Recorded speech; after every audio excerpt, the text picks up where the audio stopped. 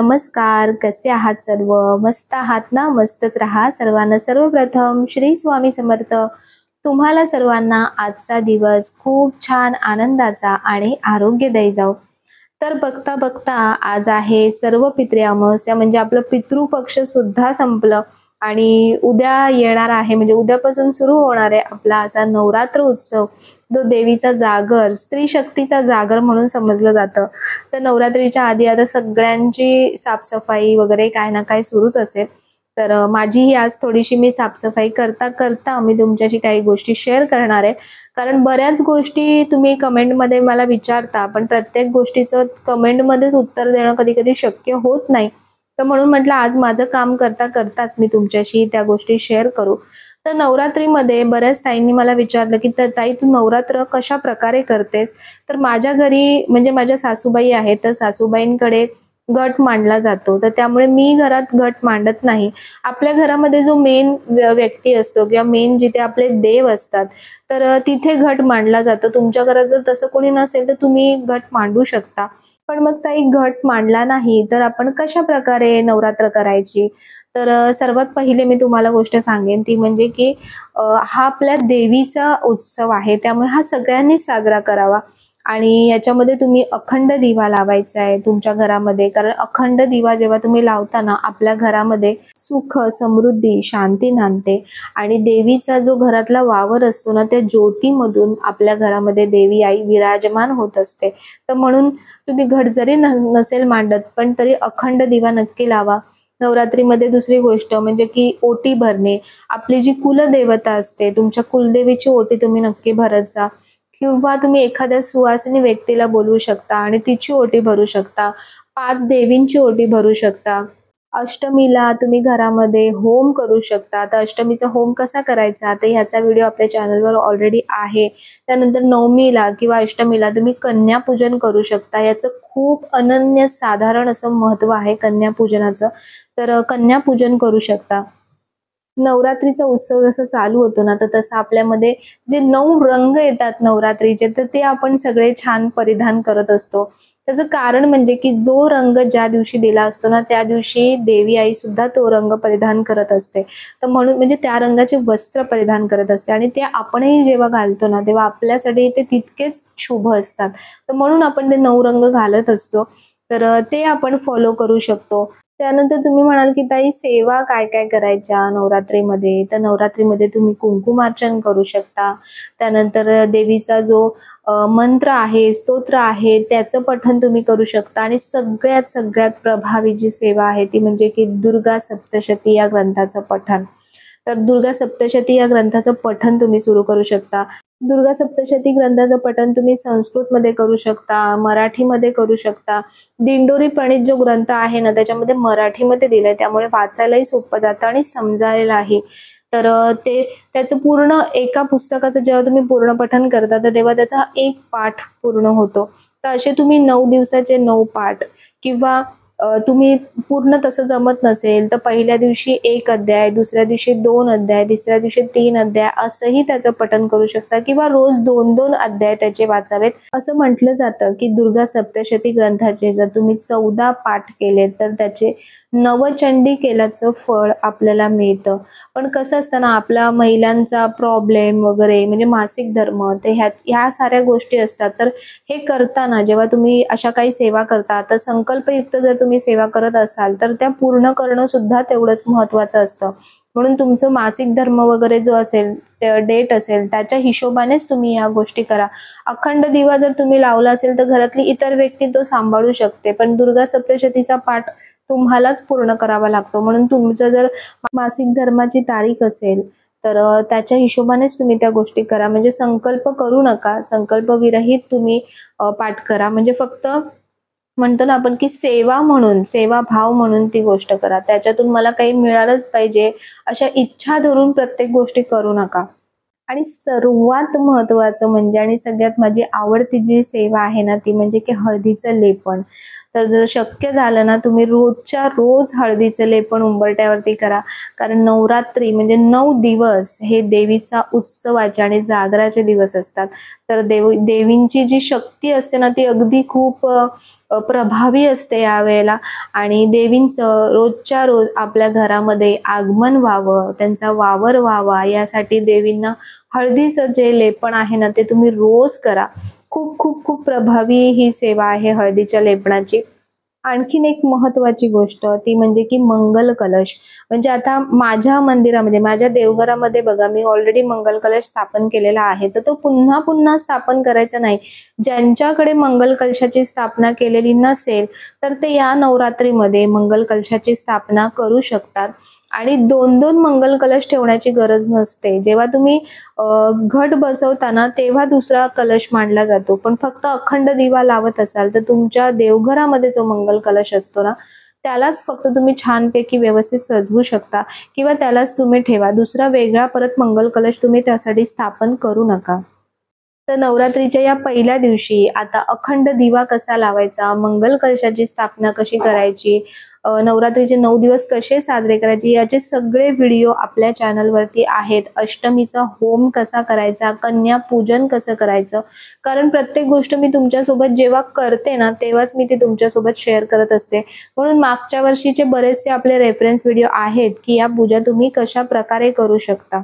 आणखीन एक प्रश्न मला आला होता की ताई, आता नवरात्रीमध्ये देव बसवतात तर देवांची रोजची पूजा आपण करायची नाही का? तर एक खरी गोष्ट मी तुम्हाला सांगू तर माझ्या आईकडे ह्या गोष्टी मी कधीच बघितल्या नव्हत्या की नवरात्रीमध्ये देवपूजा केली नाही किंवा देव बसवलेले, ही गोष्ट नव्हती बघितली होती. त्यामुळे मलाही या गोष्टी आधी माहिती नव्हत्या. पण आता जसं जसं मी वाचते किंवा ऐकते तर त्यातून कळतंय की जेव्हा म्हणजे नवरात्रीमध्ये घट बसवले जातात तर देवांची जशी आपण रोजच्या रोज स्नान घालून वगैरे पूजा करतो तर तशी पूजा नाही करायची. तर तुम्ही देवांचं वस्त्र बदलू शकता, फुलं जी आपण अर्पण करतो ती बदलू शकता. तर आणि शक्यतो बरेच जण देव नागवेलीच्या पानावरती ठेवतात, तर तसंही आपण करू शकतो की देवांना उद्या जेव्हा नवरात्रीचा पहिला दिवस आहे ना तेव्हा तुम्ही देवांना स्वच्छ अशी छान अंघोळ घाला व्यवस्थित मस्त आणि देवांना नागवेलीच्या पानावरती बसवा. आणि त्यानंतर 9 दिवस देवांना आपण हलवायचं नाही. त्यानंतर जेव्हा दसऱ्याच्या दिवशी तुम्ही संपूर्ण देवघर पुन्हा स्वच्छ करून छान सागर संगीत अशी पूर्ण देवाची पूजा करायची. तर अशा प्रकारे मला वाटतं नवरात्रीच्या बऱ्याचशा गोष्टी मी तुमच्यासोबत शेअर केल्या आहेत. आणखीन काही प्रश्न असतील तर तेही मला विचारा. मी नक्कीच मला जितकं जमेल तेवढं कमेंटमध्ये किंवा व्हिडिओमध्ये तुम्हाला उत्तर देण्याचा नक्की प्रयत्न करेन. आणि बऱ्याचशा ताई उपवास सुद्धा आता करतील नवरात्रीमध्ये, तर मला तुम्हाला एक माझी रिक्वेस्ट आहे की तुमची तब्येत सांभाळून तुम्ही उपवास करा. पहिल्याच्या म्हणजे ज्या गोष्टी होत्या ना त्या खूप वेगळ्या होत्या. पहिलेचं वातावरण, पहिल्याचं खाणं पिणं, पहिलेच्या म्हणजे स्त्रियांची ताकद, या सगळ्या गोष्टी वेगळ्या होत्या. आणि आता तो पूर्ण जो आहे ना तो पूर्ण प्रकार बदललेला आहे. तर त्यामुळे त्याच्यानुसार तुम्हाला जर झेपत असेल ना तरच तुम्ही असे उपवास करा. किंवा मी तर सांगेन की एक वेळे पूर्ण जेवण घ्या आणि त्याच्यानुसार आपलं उपवास करण्यापेक्षा ना तुम्ही किती काय छान श्रवण करताय, काय वाचन करताय, तुम्ही छान मंदिरांमध्ये वेगवेगळ्या देवींच्या जाताय, ते खूप जास्त मला वाटतं देवी आईपर्यंत जास्त पोहोचेल. आणि दुसरी गोष्ट म्हणजे की एक स्त्री म्हणून आपण दुसऱ्या स्त्रीचा आदर करणं, दुसऱ्या स्त्रीला म्हणजे चांगल्या प्रकारे वागवणं, त्यांच्याशी चांगलं बोलणं, ह्या सगळ्या गोष्टी ना म्हणजे दुसऱ्या स्त्रीचं मन समजून घेणं, हे जेव्हा आपण करू ना तेव्हा खऱ्या अर्थाने आपण नवरात्र उत्सव अखंड आपल्या आयुष्यभर साजरा करू, असं माझं तरी याबाबतीत खूप प्रांजळ मत आहे. आणि ते तसं जर केलं ना तर मला वाटतं देवी आई आणखीन जास्त खूप खुश होईल. तर चला, आज असं छान बोलता बोलता तुमच्यासोबत माझं कामही झालं, कारण नवरात्र उत्सव सुरू होणार होता. तर म्हणून म्हटलं की हलकं हलकं काय होईना पण वरचेवर थोडी थोडी साफसफाई करत राहिली ना तर घर आपलं स्वच्छ राहतं. आणि जिथे घर स्वच्छ असतं ना तिथेच देवतांचा वास असतो. तर माझं मी मस्त ते फेवरेट लिक्विड घेतलं आणि पाण्यामध्ये थोडंसं ड्रॉप टाकले आणि छान बघा ही स्लायडिंग पूर्ण अगदी खराब झाली होती आणि स्लायडिंग मस्त स्वच्छ निघालेली आहे, अगदी करकरीत. आणि स्लायडिंग पुसताना ना नेहमी ओल्या कपड्याचा आणि सुक्या कपड्याचा दोघांचाही वापर करायचा, त्यामुळे नंतर जे डाग राहतात ना ते दिसत नाही. तर तसंच मी माझं स्वयंपाकघर सुद्धा असं मस्त चकाचक केलेलं आहे छान. आणि खरंच स्वच्छ केल्यानंतर ना एक वेगळंच समाधान आणि एक वेगळं छान वाटतं घरामध्ये. तर भांडी वगैरे मी सगळी आतून पूर्ण क्लीन नाही केलेली आहेत, कारण ती तेवढी काही खराब झालेली नव्हती. तर आता छान दुपारचं ना खूप मस्त असं कडक ऊन पडलं होतं. तर म्हणून जी पण काही कडधान्य आहेत ना, ती मी अशा प्रकारे ठेवते. म्हणजे छान उन्हामध्ये थोडीशी अशी मस्त कडकडीत होतात आणि टोके वगैरे लागत नाहीत. कालच्या व्हिडिओमध्ये सुद्धा अशा कमेंट होत्या, की ताई त्या तांदळामध्ये टोके आहेत आणि ते तू बारीक केलेस. तर मला सांगा, की इतकं करणार नाही का आपल्याला? आपण रोजचं जेवण बनवतो. तर आणि तांदूळ वगैरे कडधान्य म्हटल्यानंतर त्यात टोकेही लागतातच. पण ते टोके त्यातले मी काढले होते आणि मग ती पेस्ट बनवली होती. तर असो, आता जे जसं बघतात ते तसं बोलतात. पण ठीक आहे. म्हणजे असं मला वाटलं, की बाबा त्याचं उत्तर द्यावं. तर असं थोडा वेळ इथे असे कडधान्य उन्हामध्ये ठेवले ना, तर छान म्हणजे व्यवस्थित राहतात आपले कडधान्य, टोके लागत नाही.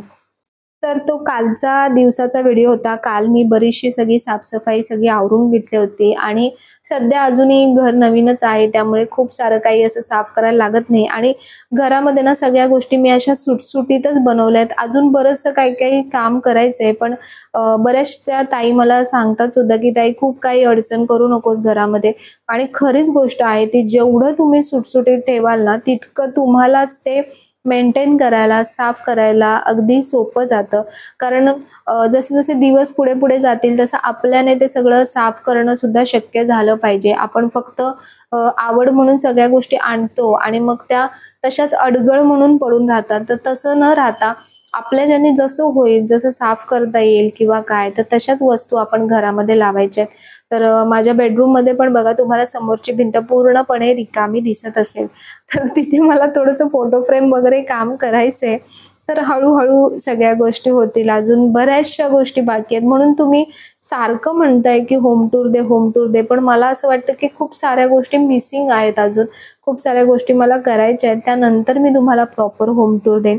आणि मी ना हे मंगलमचे ना हे कापूरदाणे मागवलेत. खूप छान आहेत. घराच्या प्रत्येक रूममध्ये मी असे कापूरदाणे ठेवते आणि सकाळी, संध्याकाळी असा छान भीमसेनी जो कापूर असतो ना, तो घरात नेहमी जाळला पाहिजे. त्याने घरामध्ये असा खूप छान सुगंध दरवळतो. तर आज आहे सर्वपित्री अमावस्या आणि त्यामुळे आज मी अमावस्याला तुम्हाला माहिती आहे, की आपण सगळं घर परत आपण छान आपलं देवघर सगळं असं छान स्वच्छ करतो. तर तसंच आज मी सगळं असं छान देवघर पूर्ण स्वच्छ करून घेणार आहे.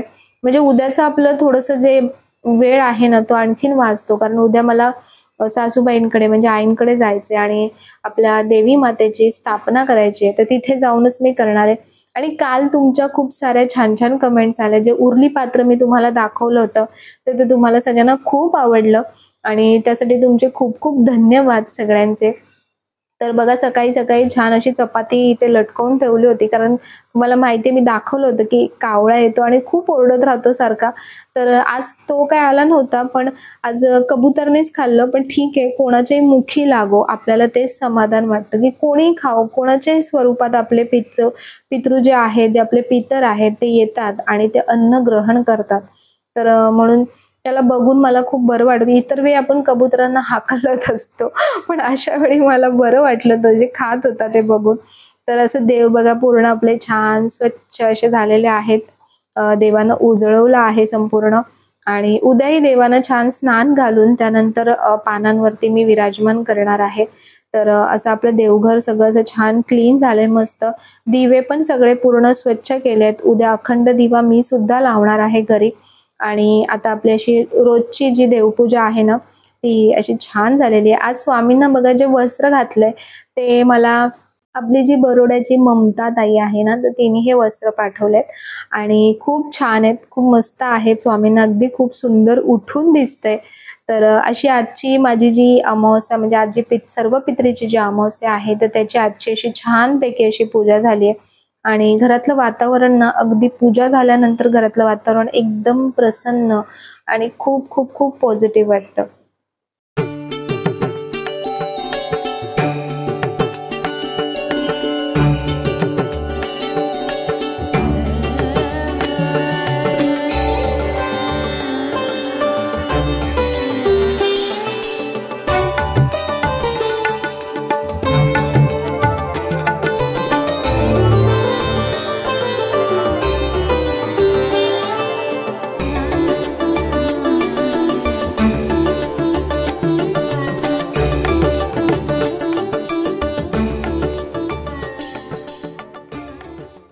उडदाची डाळ, कोथिंबीर, अद्रक, लसूण सगळं मिक्स करून आणि मग ती वडी काढायची. ते मात्र उडदाची वडी लागतेच पित्राला, हे नेम आहे. इकडे काय माहिती नाही, पण आपल्या खानदेशचा नेम आहे. जाऊ दे, खानदेशी लोकांचा. हे काय बनवलं? हे आळूवडी. अळूवडी, भाज्या, 5 भाज्या, वरण, चपाती, तांदळाची खीर, सगळं जे पितरांसाठी जे लागतं जेवण आपल्याला ते बनवतो. काढली. मिरची भजी नाही काढली आपण यावेळेस, कंटाळा आला. खूप भजी झाले, मग तेलकट खूप होतं परत, आणि गरम पण होतंय ना. कुरडया पण तळल्या. कुरडया असं उघडून दाखव. हे बघा कुरडया आमच्याकडे या ताईनीच बनवून दिले. छान, म्हणजे मग आपल्याला नाही, आपल्या मागे लागतील. त्यांनीच बनवून दिल्यात आणि खूप मस्त आहे. त्याच्या पातळ आहेत, छान तळायला खूप बऱ्या पडतात आणि फुलतात पण खूप मस्त. तुम्हाला पाहिजे तर बनवून दे, ज्यांना पाहिजे त्यांना. तर आम्ही घरामध्ये जेही काही मुख्य जी कामं असतील ना ती सगळी आईंकडेच होतात, कारण सगळे देव तिथे आहेत, आई बाबा पण तिथे आहेत. तर त्याच्यामुळे सगळी जी कामं आहेत तिथे होतात. ह्या ज्या ताई आहेत त्या आईंकडे कामाला येतात, आणि त्या ज्या ताई बसल्या आहेत चहा पित आहेत तर त्या त्यांच्या सासूबाई आहेत. तर या दोघीही म्हणजे आहेत ना, खूप आईंना मदत होते सध्या, त्यांची खूप मदत करतात. आणि प्रत्येक काही गोष्ट असली ना की त्या म्हणजे भरपूर मदतीला येतात. तर ते खूप चांगलं वाटतं. मिळून जुळून आपण जे कामं करतो ना ते खूप बरं वाटतं. तर आईंकडे ना जे आजी आजोबा आहेत म्हणजे यांचे जे आजी आजोबा होते, तर त्यांचं जे पितृपक्षामधलं जे असतं ना ते तिथीनुसार केलं जातं. तर त्याच्यासाठी अशा प्रकारे आमच्याकडे या गोष्टी केल्या जातात. म्हणजे खानदेशामध्ये अशा प्रकारे हवन केलं जातं, आणि त्याच्यावरती म्हणजे हे जे घास आपण काढतो ना जेवण, ते त्याच्यावरती केलं जातं. कावळ्याला सुद्धा दाखवलं जातं, आणि अशा प्रकारे अग्नीमध्ये सुद्धा सोडलं जातं. असं म्हटलं जातं की अग्नीमध्ये जे आपण जेवण घालतो ना तर ते आपल्या पितरांपर्यंत पोचत असतं. तर प्रत्येकाची पद्धत वेगवेगळी असते. आता कोकणामध्ये अशी पद्धत नाहीये. कोकणामध्ये आपण फक्त कावळ्याला जेवण ठेवतो, पण इथे खानदेशामध्ये अशी पद्धत आहे. तर म्हणून बघा, असे म्हणजे पहिले जे आपण पूर्ण जेवढं पान आपण वरती जेवढं कावळ्याला ठेवतो ना तेवढंच जेवण सगळं आपल्याला अग्नीमध्ये सुद्धा अर्पण करायचं असतं. तर सगळे येतात. आई सांगत होत्या, म्हणजे हा बघा, हा आजी आजोबांचा फोटो आहे. मी आजींना बघितलंय, आजोबांना मी बघितलं नाहीये. तर त्यांचे आशीर्वाद नेहमी आपल्या सोबत असावेत हीच माझी त्यांच्याकडे प्रार्थना आहे. तर हे माझे सासरे आहेत ना, त्यांचे छोटे भाऊ आहेत, अण्णा आहेत. तर असे जे जवळजवळ राहतात ते येतात, आणि एकत्र येऊन कुठलीही गोष्ट करण्यामध्ये एक वेगळाच आनंद सुद्धा असतो. आणि आपण ज्यांच्यासाठी ही गोष्ट करतोय ना त्यांना सुद्धा आपल्याला एकत्र बघून आनंद मिळत असतो. कारण पूर्वीची जे लोक होती ना त्यांचा स्वभावातच ती गोष्ट होती, रक्तातच ती गोष्ट होती की आपलं कुटुंब हे एकत्र आणि आनंदी असावं.